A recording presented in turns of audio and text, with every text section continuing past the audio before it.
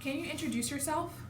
Hi, my name is Jennifer Crow, and I am a student at Middle Tennesse State University, and I am a sociology major. Great. And when and where did you study abroad? In May of 2016, I studied in Denmark, Poland, Hungary, and France, Wow, with a stopover in Austria as well. lots of places. Yeah. And can you tell me a little bit about that study abroad experience, such as what did your coursework consist of, or what are some of the things that you did in those various countries?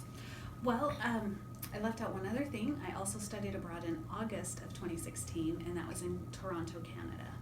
And that coursework is what stuck out a little bit more because that was we were studying ethnic neighborhoods in Toronto.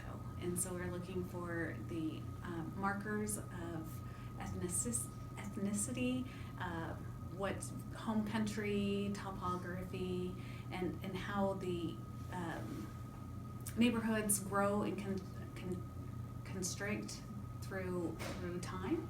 And so I found that really very interesting. And then the other countries, when I was traveling in Europe, what I was making note of was the cultural changes. How does each country's social structure change or differ from the American way that the societies are structured?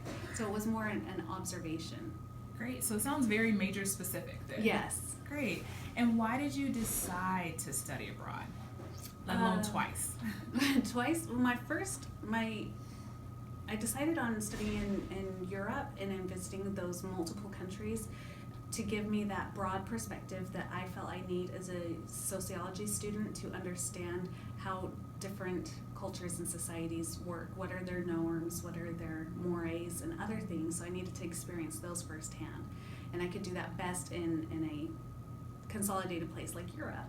And so that's what motivated me there. I also wanted to do some observations because I have interest in going to grad school.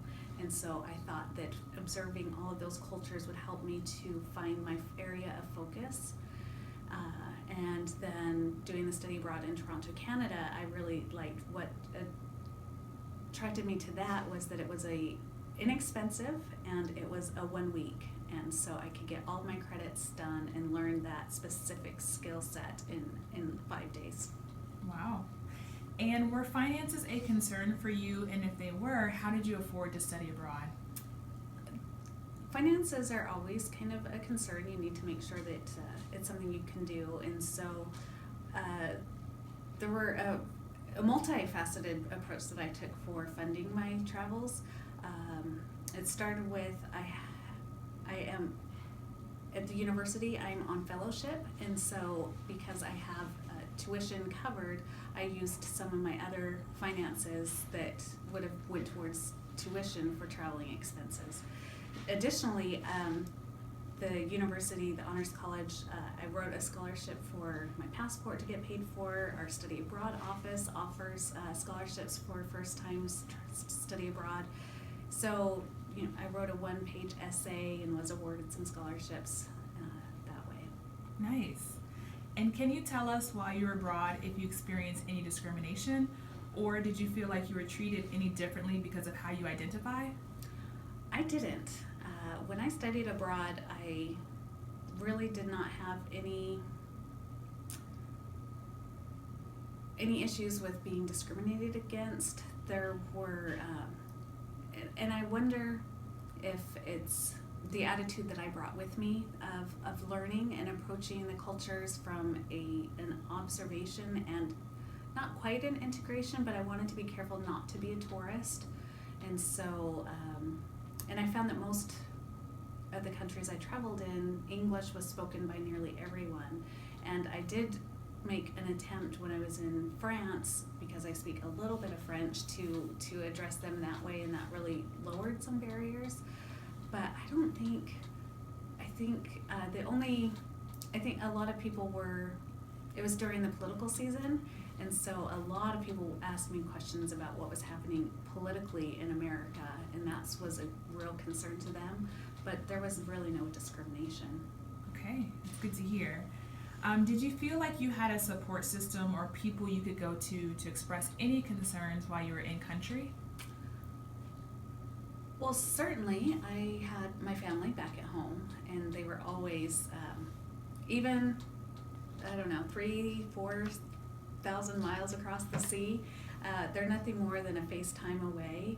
And in Paris, I did have a near emergency while I was in Paris. The trains and the buses went on strike, and I was stranded in the city. And I mean, it makes sense that I would take a taxi because they weren't on strike, but the taxi ride was going to be $75 because I was way out of the city, and it was distressful, and I could have figured it out on my own, but I still was able to reach out and call back home and be talked through the steps that were needed to just take a taxi back to where I needed to go.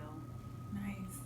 And the last question is, if you were able to give advice to a student who's a little bit concerned about going abroad, they're a bit worried, maybe they also identify as a non-traditional student such as you, what advice would you give that student? Oh, just find ways to break down the barriers of going. I was able, because of my family setup with a husband and older children, I was able to study in Europe for a month, and not everyone can do that. And so I found another program, the one that was the faculty-led trip to Canada, that was 5 days.